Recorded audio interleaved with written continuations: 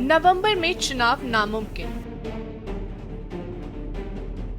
नवंबर में दिल्ली विधानसभा चुनाव कराने की मुख्यमंत्री अरविंद केजरीवाल की अपील के अलग अलग मायने निकाले जा रहे हैं। कुछ लोग इसे उनका आत्मविश्वास बता रहे हैं। उनकी माने तो केजरीवाल ने ये बात अपने लोगों को यह संदेश देने के लिए कही है कि वे अभी भी चुनाव के लिए तैयार हैं। बता दें कि मुख्यमंत्री केजरीवाल ने रविवार को पार्टी कार्यालय में आयोजित कार्यक्रम में इस्तीफा देने की घोषणा की थी। उसी कार्यक्रम में केजरीवाल ने कहा था कि फरवरी में दिल्ली विधानसभा चुनाव प्रस्तावित है, मगर उन्होंने मांग की थी कि चुनाव महाराष्ट्र के साथ समय से पहले नवंबर में ही करा दिए जाने चाहिए। विशेषज्ञ कहते हैं समय से पहले चुनाव तभी हो सकते हैं जब दिल्ली कैबिनेट इसकी सिफारिश करे और राष्ट्रपति इस पर मोहर लगाए। दिल्ली सरकार ऐसा करेगी, ऐसा दिख नहीं रहा है।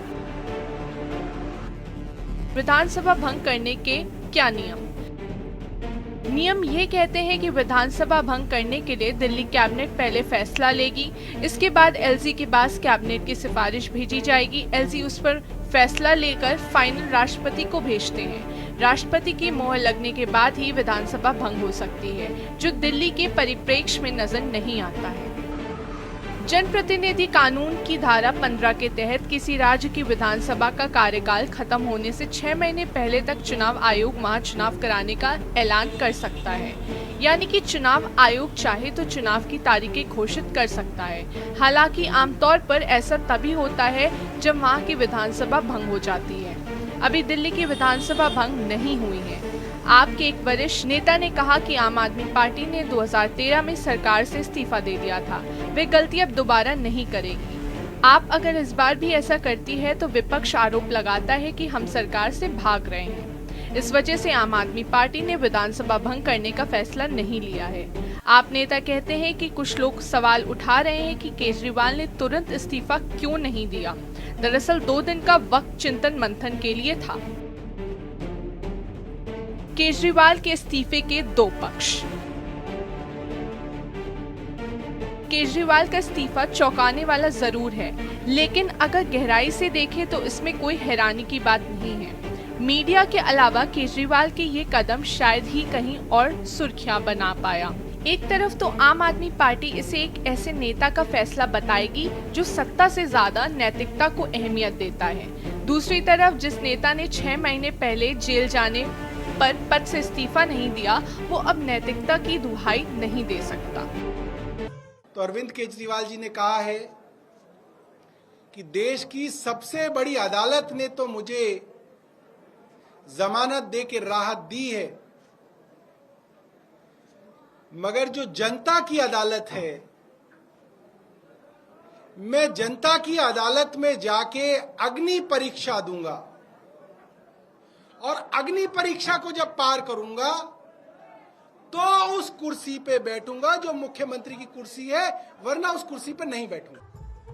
आपकी चोरियां पकड़ी जा रही हैं, आपके भ्रष्टाचार पकड़े जा रहे हैं, आपको जेल माननीय न्यायालय ने भेजा है, मैं फिर बता रहा हूं, और आपकी चोरियों के कारण भेजा, तो उसका जवाब आपको दिल्ली की जनता को देना होगा। और जहां तक चुनाव की बात है, आप नवंबर का इंतजार मत कीजिए, अभी अक्टूबर में चुनाव कराइए। भारतीय जनता पार्टी दिल्ली प्रदेश तो तैयार है, दिल्ली की जनता भी तैयार है। वो चाहती है कि जल्द से जल्द इस भ्रष्टाचारी मुख्यमंत्री से मुक्ति मिले। दिल्ली में विधानसभा चुनाव का पिछला रिकॉर्ड। 2020 में दिल्ली में विधानसभा चुनाव की तारीखों का ऐलान 6 जनवरी को हुआ था। 8 फरवरी को वोटिंग के बाद 11 फरवरी को नतीजे आए थे। इस चुनाव में आम आदमी पार्टी ने 70 में से 62 सीटों पर जीत दर्ज की थी। बीजेपी को 8 सीटों पर जीत मिली थी। मुख्यमंत्री पद से इस्तीफे तक बात नहीं है। केजरीवाल ने नवंबर में विधानसभा चुनाव कराने की भी मांग कर दी थी। उनका कहना है कि महाराष्ट्र के साथ ही दिल्ली में भी नवंबर में चुनाव कराए जाएंगे। बता दें कि दिल्ली की मौजूदा विधानसभा का कार्यकाल 23 फरवरी 2025 तक है। इस हिसाब से मोटा माटा 5 महीने का वक्त बाकी है। चुनाव आयोग ने जून में ही महाराष्ट्र, हरियाणा, झारखंड और जम्मू कश्मीर के इलेक्टोरल रोल को अपडेट करने की प्रक्रिया शुरू कर दी थी। चुनाव आयोग ने 25 जून से इसकी प्रक्रिया शुरू कर दी थी, जबकि फाइनल डेटा 20 अगस्त को पब्लिश किया गया था, यानी कि 2 महीने का वक्त लगा था। चुनाव आयोग ने हरियाणा और जम्मू कश्मीर के विधानसभा चुनाव की तारीखों का ऐलान 16 अगस्त को कर दिया था, जबकि महाराष्ट्र और झारखंड की चुनाव तारीखों का ऐलान होना अभी बाकी है। वहीं 1 अक्टूबर ने चुनाव आयोग के एक अधिकारी के हवाले से बताया कि देश भर में इलेक्टोरल रोल अपडेट करने की प्रक्रिया 20 अगस्त से शुरू हुई है। इसमें दिल्ली भी शामिल है।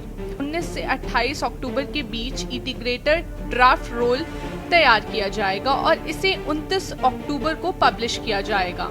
इसके बाद 28 नवंबर तक दावा अर्पित दर्ज की जाएंगी। 24 दिसंबर तक इन सभी दावे आपत्तियों का निपटारा करने के बाद 6 जनवरी 2025 तक फाइनल इलेक्टोरल रोल पब्लिश होगा।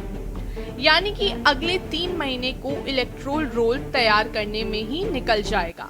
इसीलिए नवंबर में चुनाव कराना मुश्किल है। महाराष्ट्र में तो विधानसभा का कार्यकाल 26 नवंबर को खत्म हो रहा है, इसीलिए यहाँ इससे पहले चुनाव कराना जरूरी है। लेकिन दिल्ली में कार्यकाल खत्म होने में अभी 5 महीने का समय है, लिहाजा समय से पहले चुनाव कराने के लिए दिल्ली सरकार को चुनाव आयोग को कारण भी बताना होगा।